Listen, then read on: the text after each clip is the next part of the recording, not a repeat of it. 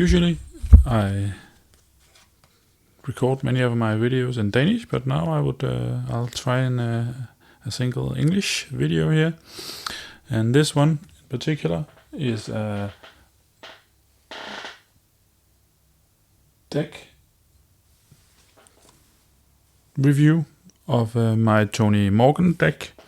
That is from the last or 7th scenario in the Dream Eaters, played 4 players. So it's a very tuned deck. It's have 36 XP to build this deck, plus a couple of extra from Refine. So let me go through how I built this deck. So if you don't know Tony Morgan, he have 2 in head, 3 book, 5 in hand, 2 in foot. And he may take an additional turn an extra action during his turn, where he can fight enemies with 1 or more bounties on them. And his build is very rogue, plus he can add some extra blue cards, or one of the others. I have chosen to add Guardian cards, as you can see why in a moment. So you can build this guy in some different ways, I guess, but I have, because it's a 4-man scenario, built him very aggressively towards cleaning up enemies, essentially, and a bit of a big money twist to him. So he first some weaknesses, his quarry and hypochondria, not that important here. Let me put them over here. So for his for some permanent, he have his bounty contracts that he comes with, where he have 6 bounties on it. He can put bounties on enemies, and then they're turned into resources for him. I have mostly played him where I put 1 bounty on each enemy, just to be sure I can take those additional actions, also to get some extra resources. That is important in this deck, as you can see in a moment. Furthermore, I have added charisma and another day, another $1 to get some more starting money. The charisma was because I also had a certain character. I will not do any spoilers, but I had a certain extra ally in my deck from the campaign that I have removed here. So I will not spoil anything, but that was so. I had essentially 3 different ones. I had that person, Lonnie Ritter, just to get +1 and to be some soaking of damage and especially horror. I had Leo De Luca again. Extra actions is especially important in this deck. I can get a lot of actions. So now I only have 1 upgraded Leo De Luca, 1 unupgraded. Again, the upgrade essentially just reduces the cost by 1. So it was just because I had an excessive XP in one of the scenarios. I took an upgrade on this guy. You could do without. I think it's so good to get Leo De Luca down early in this deck. Essentially, you have 5 actions per turn, and as you can see now here, I also have Honed Instinct that I have upgraded. I have upgraded Muscle Memory, so it can also be played when you play an asset, meaning it can trigger pretty much when you want. And it have Impulse Control, meaning I can have 3 copies, and it costs 0 instead of 1. So these Honed Instincts basically give an extra action. So if I have an enemy, if I have a Leo De Luca in play, I can get 6 actions per turn, at least some of the turns. And that combines super well with Payday, that essentially gains 1 resource for each action. you perform this turn, and when you play it, you end your turn. But that doesn't really matter when you play it as the last card. So essentially, it's an upgraded version of Emergency Cash that I also have, and a single Lone Wolf. I only have one Lone Wolf here because it's a 4-man game.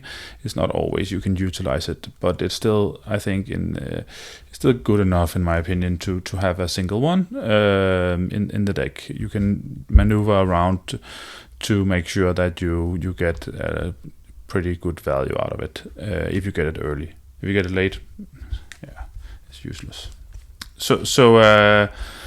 But getting so I mentioned here Refine. That is essentially a card that makes you add a check mark. So essentially get us an XP for free. I should probably have removed it in the last upgrade round, but I forgot it. But obviously this is when you go to the last game, the Refine is not really worth it anymore. It's too expensive. You will never play it in the last game you have, but it's really good in the earlier games.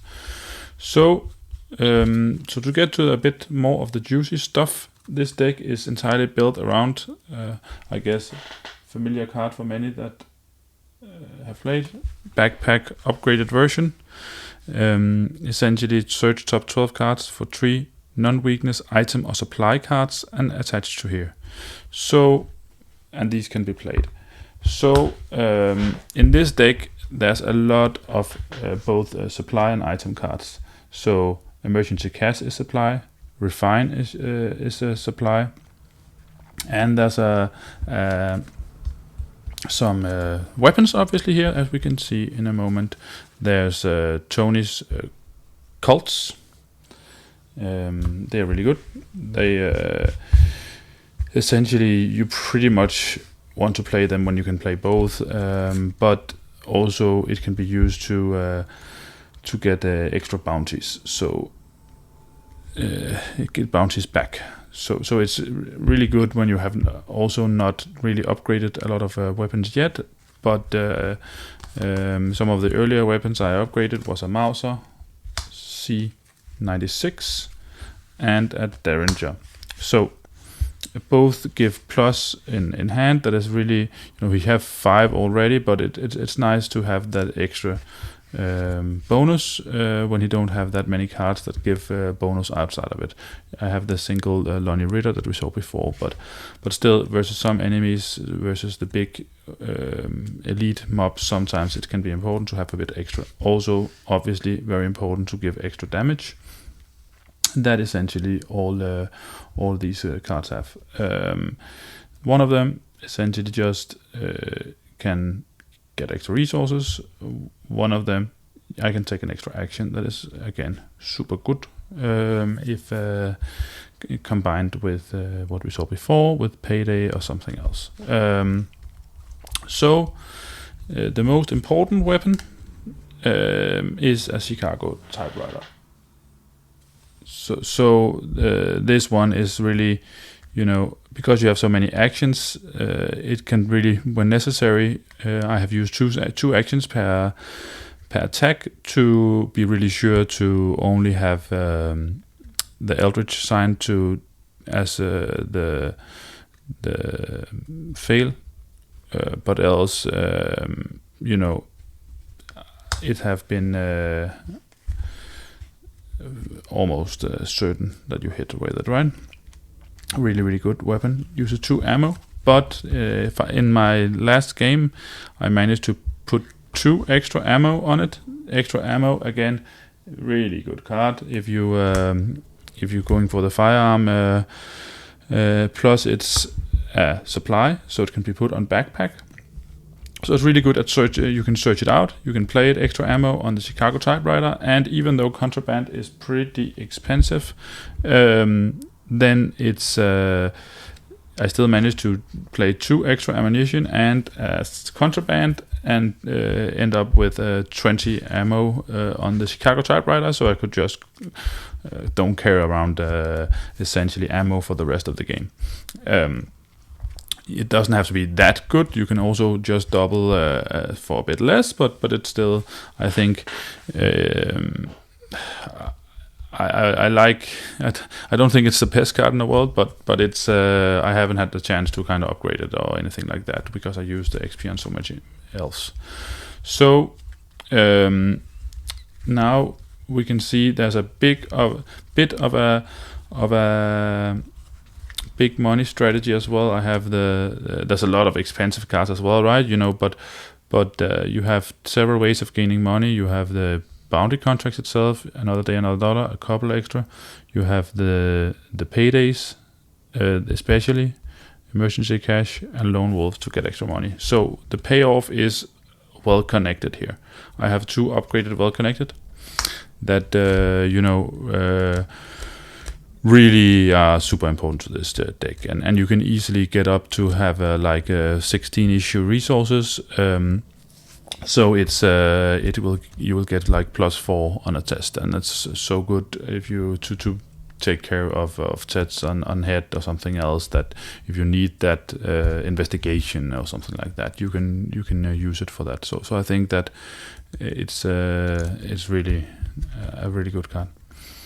So for other cards I have here, also playing a bit into the big money, is a single decorated skull. When you walk around like Tony Morgan here and killing all enemies in sight, this is just also a really good card in the upgraded version. It's like you use it when you have 3 charges, you draw 3 cards and gain 3 resources. That's really good value for a single action, and it even costs 0 to play. So this deck I don't have any other using that in the next slot. So it's no brainer. So a couple of other cards. Finally, it's a couple of Breach the Door. This is primarily again to be able to help my buddies with something. Also myself. I could during the games in some cases just like investigate myself as well. 3 is not nothing, right? So in some cases it made sense to breach the door, and I could help out a bit. I have 2 get over here to take away enemies from my friends, because this is kind of what Tony Morgan does. He kills enemies, so it's a good way to like draw enemies in from a connecting location, so I don't even have to waste a move to get there. I have 2 strong armed for 1 XP each. This one is really especially good when you have that final action or special action. You just need to succeed that attack. Especially also with Chicago Typewriter, you do the double action, so you get +4 damage, +4 hand to the attack, and it deals +2 damage. So you kind of have essentially guaranteed +3 damage. So with strong armed, that can be really good to like finish off a big beefy enemy of some sort. And a single vicious blow. I probably would have wanted 1 more, but I don't know, that there was not enough room, I think. But probably if I had to do something different, I would have maybe in retrospect added a vicious blow more, maybe removed the lone wolf. Now that it was a 4-man game, you don't get that much value out of it, right? So yeah, here's the Tony Morgan deck. I think it's a really good deck. I had so much fun playing it, and it was a really fun experience to load up a Chicago Typewriter with almost endless ammunition and just spraying all the enemies away. Thanks for this time. Maybe I'll record some more videos in English soon. So take a look at this channel for more content in Arkham Horror. Maybe also some other stuff in the future. So, I only record solo, so it's gonna be solo plays of Arkham Horror, maybe Lord of the Rings card game, or maybe Marvel or other solo games in the future. Let's see. Thanks for watching.